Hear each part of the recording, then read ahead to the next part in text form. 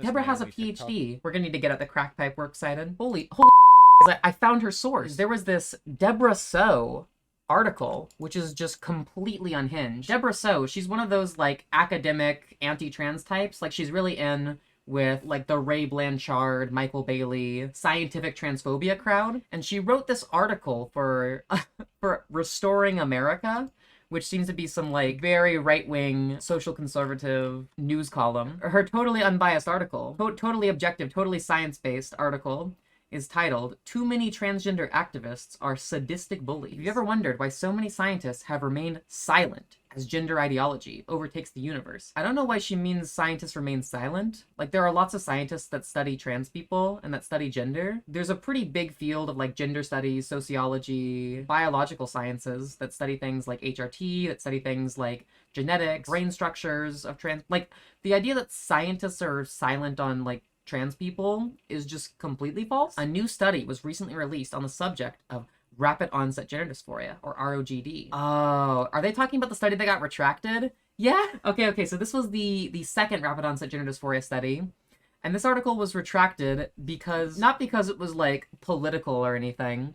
The reason it was retracted was because the authors of the study didn't obtain consent from participants to be in a research study. Like, it was a failure to obtain consent. Michael Bailey, who was the advisor on this paper, has been trying to claim it's like the woke mob, the woke mind virus has infiltrated academia and gotten my study retracted, when it was literally just he didn't follow protocol for obtaining consent. And there was another crazy thing that came out of that study. I had a tweet about it. Let me go and find that. The other thing was that he admitted to like cheating at the data. Like, he literally admitted to cheating at the data on the study. In the study, somebody got a screenshot. When you were like a transphobic parent that went to parentsofrogdkids.com, that was the actual website they used for the survey. You're telling me that people that go to parentsofrogdkids.com believe in rapid onset gender dysphoria?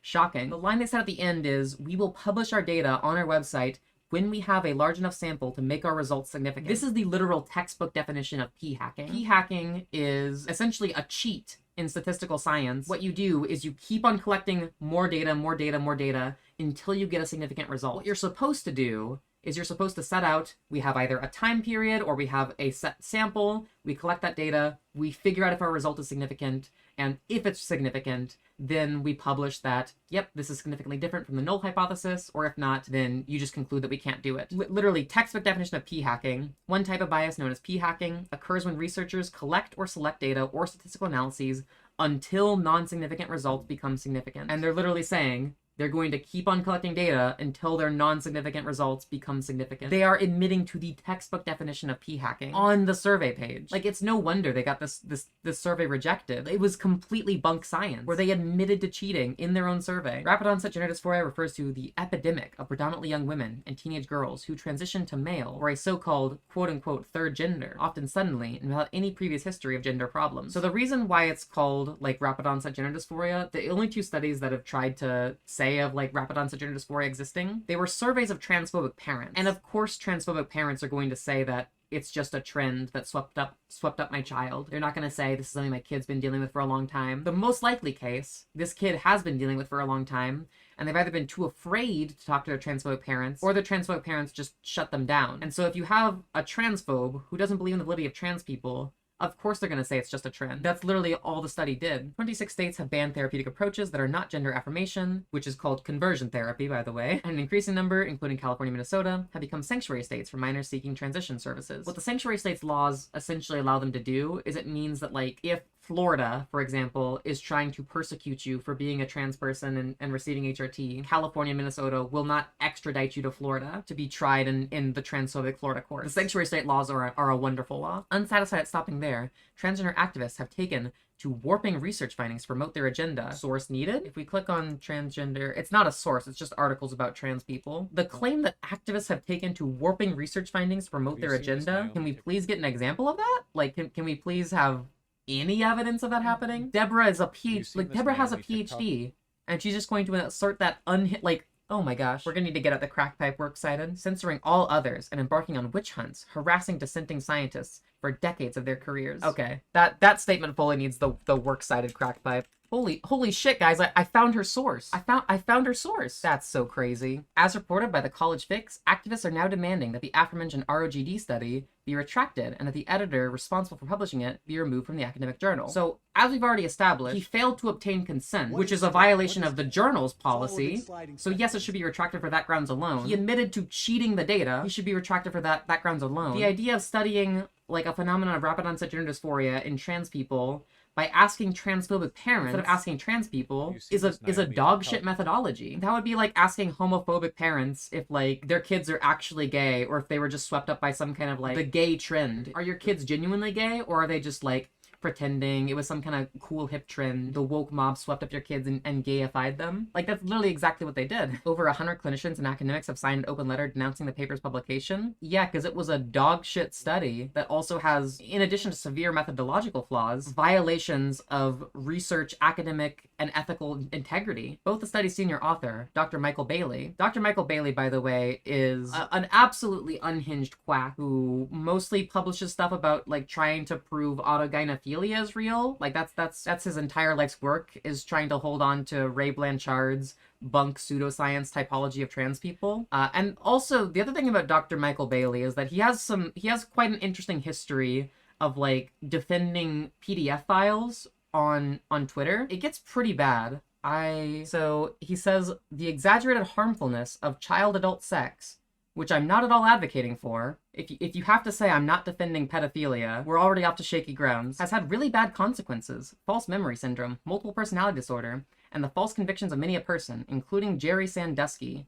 Yes, that's right, Sandusky. For those who don't know, Sandusky it was 52 counts of abuse of children. 48 of them went to court, and he was found guilty on 45 of the 48 charges that went to court. So Michael Bailey is saying that the harmfulness of pedophilia is exaggerated, and also Sandusky was innocent of all 45 to 52 counts of pedophilia. This is the guy we're talking about, who's publishing research saying that, like, being trans is just a trend. The study provided much-needed data about what is driving ROGD. Parental responses regarded 1,655 adolescent and young children, which is an enormous sample. You know, the line about the enormous sample is really funny now that we know they admitted to p-hacking, because it means that they didn't obtain significant results until they had 1,500 people. For studies that have, like, really clear results, you can obtain statistical significance with, like, about 20 or so people.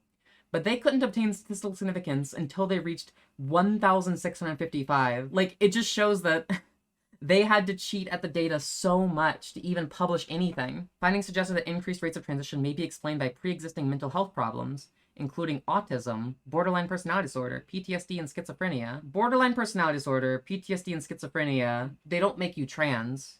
None of those conditions make you trans. There is a correlation between autism and being trans, because people who are autistic tend to experience the expectation of, like, certain social behaviors very differently than people who are holistic. They also tend to have a much more, like, stronger internal sense of black and white thinking on these kind of subjects and are able to break free from social expectations easier than holistic people do. So it would make sense that people who don't really feel as inclined to just fit a social mold that they're told they ought to would be able to come out as trans and be able to safely identify as trans because they value their own internal experience over, like, the societal expectations. That's the correlation between autism and being trans. But if you found that people who are trans had autism, that just goes to show this correlation, which has already been known about. Let's see, as well as stressful life events such as moving. I'm sorry. Oh, right. The paper actually tried to suggest, I remember we read the paper on stream. The paper actually tried to suggest that, like, moving to a different state was, like, a cause of being trans. It was like, my kid was just so stressed out that we had to move a different state that they changed their gender. Fellas, is it trans to move houses? Oh my goodness. Parental divorce, severe abuse, both children's mental health and parent-child relationships reportedly deteriorated after the social transition. That's a big shocker when you know that the parents are transphobic and they frequent websites like parents of rapid onset gender dysphoria kids.com. I wonder why, like, the relationship with the parents would deteriorate after, like, this kid comes out as trans to their transphobic parents. Why would that happen? Parents also said they believed clinicians pressured families to support a child's transition. Of course you'd think that if you were transphobic. The study discussed rapid onset gender dysphoria in boys, a lesser understood presentation. Girls tended to transition socially earlier than boys, boys were more likely to receive hormonal intervention while skipping a social transition. In my opinion, this is because autogynephilia, sexual arousal at the thought of having a woman's body, is likely driving teenage boys' desire to transition. That's a completely fucking unhinged statement. So, like, citation needed. Oh shit, I found the source. Okay. But no, the idea that, like, teenage boys are horny, that's true. Teenage boys are horny. But what boys do about their horniness is they crank their hog. They don't, like, transition into being a girl. Also, like, transferrin and HRT is known to lower your libido. If it's about, like, a horny thing, transitioning doesn't make any sense at all. And male puberty has a later onset than puberty in girls. This actually is something that does explain partially why you see people who are AFAB that experience their gender dysphoria that's related to puberty a little bit earlier than people who are AMAB. It is true that male puberty starts, in general, like a couple years later than female puberty. And so the intensifying nature of gender dysphoria, which happens when puberty happens, you would notice this sooner in people who are AFAB than people who are AMAB. As a result, adolescent males' motivation, being taboo in nature, leads transition to be less socially rewarding and more secretive than what's been observed in girls. There are forbidden discussions that need to be had to help these young people. Okay, so wait. The argument is that they're transitioning solely because of a fetish, and that means that they're going to transition in private and not, like, socially transition? That's not true at all, because, like, people will typically, like, try to hide their transition for a little bit when they start medically transitioning but not socially transitioning. But almost always after, you know, like 6 months to a year, these people will come out and socially transition. And actually, the reason why you see this more so often with trans women than trans men who will, like, hide their transition, their medical transition, for maybe like 6 months to a year, it's because society treats feminine men as, like, downgrading their manhood, but society treats masculine women more so like they're upgrading their womanhood.